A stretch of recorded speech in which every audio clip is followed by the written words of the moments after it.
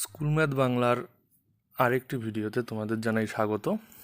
আজকে আমরা ডিসকাস করব মাধ্যমিক পরীক্ষা 2025-এর প্রশ্নপত্রের প্রথম দিকের যে শর্ট কোশ্চেন্সগুলো ছিল সেগুলোর উত্তর সম্পর্কে তোমরা একটু মিলিয়ে নিতে পারো।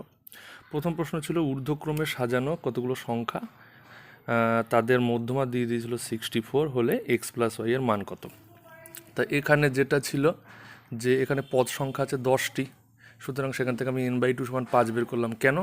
যেহেতু পদ সংখ্যা হচ্ছে যুগ্ম হলে হচ্ছে সবসময় n/2তম পদ যোগ n/2 প্লাস 1তম পদের গড় হচ্ছে তাদের মধ্যমা হয়, অর্থাৎ পঞ্চম এবং ষষ্ঠ পদের গড় হবে, যেখানে পঞ্চম পদ হচ্ছে এখানে পঞ্চম পদ ষষ্ঠ পদের যোগ হলে x+y+2/2।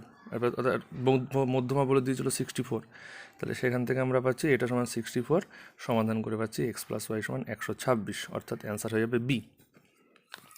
পরের প্রশ্নে বলেছিল একটা লম্ববৃত্তাকার চোঙ আর একটা অর্ধগোলকের ব্যাসার্ধ সমান এবং এদের আয়তনটাও নাকি সমান।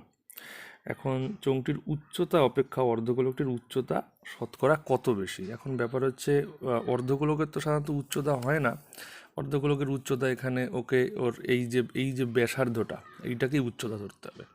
তাহলে এদের দুজনের ব্যাসার্ধ সমান, দুজনের আয়তন সমান। তাহলে আমি ধরে নিচ্ছি এই যে এর আয়তন লম্ববৃত্তাকার চোঙের আয়তন v1 = πr² × h, আর এই যে অর্ধগোলকের আয়তন v2 = 2/3 πr³। ঠিক আছে, 2/3 πr³। এবার হচ্ছে অর্ধগোলকটির উচ্চতা সমান ব্যাসার্ধ, সেটা তো বলেই দিলাম। এবার এই আয়তন দুটো v = v যেহেতু, তাই এই আয়তন দুটো সমান, সেটা আমি পাশাপাশি লিখলাম এবং সেখানে আমি 3h = 2r পেলাম।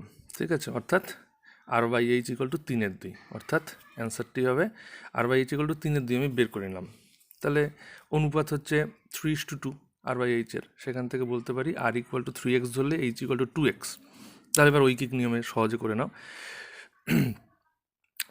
উচ্চতা এই 2x হলে, উচ্চতা 2x হলে মানে দেখো ব্যবধান কত, x। ঠিক আছে, এদের উচ্চতার পার্থক্য কত, এক্স। কত বেশি, এক্স বেশি, তাহলে 2x বেশি এক্স, 1 বেশি কত, 100 বেশি কত, সেটা হচ্ছে 50%। অ্যান্সার হয়ে যাবে বি। পরবর্তী প্রশ্নটা একটু জটিল ছিল, কারণ এ ধরনের অঙ্ক বা শর্ট কোশ্চেন করতে আমরা অভ্যস্ত নই। যেখানে বলে দিয়েছে বাহুর দৈর্ঘ্য sec θ 1 এবং tan θ, যেখানে θ ≠ 90 ডিগ্রি। এবার এখানে তোমাকে বুঝতে হবে যে ওই যে tan থিটার সাথে লেগে থাকা এবং sec থিটার সাথে লেগে থাকা থিটা দুটো এবং ওই যে ত্রিভুজের যে কোণ, এ দুটো একটু ভিন্ন। দেখো, প্রথমে একটা সমকোণী ত্রিভুজ করেই আমি এঁকেছি, কিন্তু এই sec θ tan θ 1 এগুলো কিন্তু এখন বসাবো না, পরে বসিয়েছি। কিভাবে? যে ধরো ত্রিভুজটার নাম আমি ABC দিয়েছি। এবার দেখো একটা সূত্র আছে না, sec² θ - tan² θ = 1, অর্থাৎ sec² θ = 1 + tan² θ। তো এইটা দেখতে লাগছে না পিথাগোরাসের সূত্রের মতো, যে অতিভুজ স্কোয়ার = লম্ব স্কোয়ার যোগ ভূমি স্কোয়ার। এবার পিথাগোরাসের সূত্রটা তো একমাত্র সমকোণী ত্রিভুজের ক্ষেত্রেই খাটে, সুতরাং এই ত্রিভুজে একটা কোণ নিশ্চয়ই সমকোণ আছে, তাই তো? আর সমকোণী ত্রিভুজের সর্বোচ্চ কোণ তো 90 ডিগ্রি হয়, ওর চেয়ে বড় কোণ থাকা তো সম্ভব নয়। তাই এটার অ্যান্সার হয়ে যাবে বৃহত্তম কোণ সমান 90 ডিগ্রি। বোঝা গেল? পরের প্রশ্নে আসছে, একটি কেন্দ্রীয় একটি বৃত্তের এবি ব্যাস এসি জ্যায়ের কেন্দ্রে 60 ডিগ্রি কোণ উৎপন্ন করেছে, অ্যাঙ্গেল ওসিবি এর মান কত? খুব সহজে সমাধান করতে পারি, আমি ছবিটা এঁকে নিলাম। ঠিক আছে, কেন্দ্রীয় বৃত্ত আছে যার এবি ব্যাস আছে, আর এসিকে জ্যা, এই যে এসি জ্যা কেন্দ্রে এই যে 60 ডিগ্রি কোণ উৎপন্ন করেছে, এই যে এই কোণটা 60 ডিগ্রি, এই যে এসি জ্যা কেন্দ্রে 60 ডিগ্রি কোণ উৎপন্ন করেছে, হলো। এবার তাহলে অ্যাঙ্গেল ওসিবি এর মান তো কত, ওসিবি এর মান কত? চলো এবার আমরা দেখি। এওসি সমান 60 ডিগ্রি আমাদের বলে দিয়েছে, এবার অ্যাঙ্গেল এসিবি সমান 90 ডিগ্রি হবে। কেন? অ্যাঙ্গেল এসিবি একটি অর্ধবৃত্তস্থ কোণ হচ্ছে, হলো। এবার নিচে এসো, যে তুমি যদি এই ত্রিভুজটা কনসিডার করো, এ ও সি ত্রিভুজটা, এবার এ ও সি ত্রিভুজে কী হচ্ছে দেখো তো, সিও সমান এও হবে, কেননা একই বৃত্তের ব্যাসার্ধ, সেক্ষেত্রে এই কোণ দুটো সমান হবে। এবার এই শীর্ষ কোণটা 60 ডিগ্রি, মানে এই কোণটা 60 ডিগ্রি, আর এই কোণ দুটো সমান, তাহলে এই কোণ দুটোর প্রত্যেকটার মানই সমান হবে। কী করে পেতে পারি সেটা? অ্যাঙ্গেল এসিও সমান 180 ডিগ্রি থেকে 60 বিয়োগ করে 2 দিয়ে ভাগ করি, তাহলে এই যে এই দুটো কোণের মানে হচ্ছে 60 ডিগ্রি। তাহলে বোঝো এইটা 60 ডিগ্রি, মানে ACO 60 ডিগ্রি আর ACB 90 ডিগ্রি, তাহলে বিয়োগ করলেই তো হয়ে যাবে। OCB সমান ACB বিয়োগ ACO সমান 90 ডিগ্রি মানে 60 ডিগ্রি সমান 30 ডিগ্রি, এটাই হয়ে যাবে অ্যান্সার। ঠিক আছে, চলো পরের প্রশ্ন। পরের অঙ্কটা যদি দেখি, A:2 সমান B:5 হলে A B এর কত পার্সেন্টের সমান হবে? তাহলে দেখো এটা একটু অনুপাতের অঙ্ক। A:2B সমান B:5 থেকে A/2 = B/5 আমি লিখে নিয়েছি। তাহলে সেখান থেকে আমি A:2B সমান পেয়েছি 2:5। তাহলে সেখান থেকে আমি যদি ধরে নিই A = 2 কে হলে B = 5 কে, তাহলে আমাকে বের করতে হবে, মানে ধরে নিচ্ছি পার্সেন্টেজটা হচ্ছে X%, অর্থাৎ 2K সমান 5K কত পার্সেন্ট। তাহলে আমি সেটা করেছি 2K সমান 5K × X%, और 2K সমান 5K × X/100। এবার এখান থেকে X এর ভ্যালু আসছে 40, অর্থাৎ অ্যান্সার হয়ে যাবে C 40%। পরের যেটা বলেছে বার্ষিক X% সরল সুদের হারে Y টাকার Z মাসের সুদ করতে হবে। তাই এটা I = PTR/100 সূত্রে যদি বসাও, এটা বসিয়ে একদম XYZ/1200 আসবে, যেটা অ্যান্সার হয়ে যাবে A। এবার চলে আসছি 2-এর প্রশ্নে। 2-এর একেরটা ছিল একটা শূন্যস্থান P + Q সংখ্যক সংখ্যার গড় X, এর মধ্যে P সংখ্যক সংখ্যার গড় Y হলে অবশিষ্ট Q সংখ্যক সংখ্যার গড় কত? এটা তুমি একদম সিম্পল ওয়েতে করতে পারো। P + Q এর সমষ্টি অর্থাৎ মোট হচ্ছে P + Q × X, আর ওই যে P সংখ্যক সংখ্যার গড় Y বলেছে, তাহলে তাদের মোট হবে PY। আমি খুব সংক্ষেপে লিখেছি। তাহলে যদি আমরা বিয়োগ করি তাহলে থাকলো Q সংখ্যক সংখ্যার মোট কত, সেটা হচ্ছে এটা। তাহলে Q সংখ্যক সংখ্যার গড় হবে এই যেটা বেরোবে সেটাকে Q দিয়ে ভাগ করতে হবে। তাহলে ব্যাপারটা দাঁড়ালো P × X - Y + QX পুরোটা বাই Q, এটা। ঠিক আছে, অ্যান্সারটা একটু বড় দেখতে, কিন্তু এটা।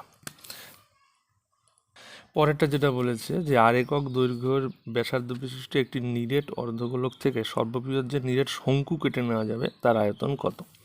তাহলে এটা একটা নিরেট অর্ধগোলক। এবার এখান থেকে এই শঙ্কুটা কাটতে হবে। এবার তোমাকে ব্যাপারটা বুঝতে হবে যে বলেছে আর একক ব্যাসার্ধের একটি নিরেট অর্ধগোলক, তাহলে এই অর্ধগোলকটার ব্যাসার্ধ হচ্ছে আর একক। ঠিক আছে, তাহলে যে শঙ্কুটা যেটা কাটবো তারও ভূমির ব্যাসার্ধ হবে আর একক। ভূমির ব্যাসার্ধ হবে আর একক, এবং উচ্চতা কত হবে? উচ্চতাটা হবে ওই ব্যাসার্ধেরই সমান হবে। সুতরাং উচ্চতাও হবে আর একক। বুঝে দেখো, শঙ্কুটির ব্যাসার্ধ হবে আর একক, উচ্চতাও হবে আর একক। ঠিক আছে, অতএব শঙ্কুর আয়তন হবে 1/3 πr²h। জাস্ট এইচের জায়গায় আর বসিয়ে দেবো, যেহেতু উচ্চতাও সমান আর আছে, তাই 1/3 πr³ হবে এটার অ্যান্সার। পরেরটা হচ্ছে কি, যদি sin² θ + 2x cos² θ = 1 হয় তবে এক্স এর মান কত? এটা খুব সহজে করতে পারি। দেখো, একের জায়গায় তুমি মান বসিয়ে দিতে পারো, দুভাবে করতে পারো। sin² θ = এটা লিখে জাস্ট এই sin²কে এপাশে পাঠিয়ে দিই, তাহলে সেটা cos²θ। তাহলে cos² θ দুপাশ থেকে কেটে 2x = 1, x = 1/2, এটাও করতে পারো। আবার sin² θ + করলে একের জায়গায় তুমি sin² θ + cos² θ লিখলেই sin² কেটে যাবে, আর থাকলো 2x cos cos² θ সমান cos θ, সেক্ষেত্রেও cos কেটে 2x = 1 থাকবে, তো x = 1/2 অ্যান্সার। পরেরটা বলেছে ওই বৃত্তগুলো কীভাবে স্পর্শ করবে, এটা অ্যান্সার হচ্ছে বহিঃস্পর্শ করবে, কারণ এই দুটো স্পর্শক আর মাঝখান দিয়ে একটা স্পর্শক, 3টে স্পর্শক আছে, তাহলে উত্তরটা হবে বহিঃস্পর্শ করবে।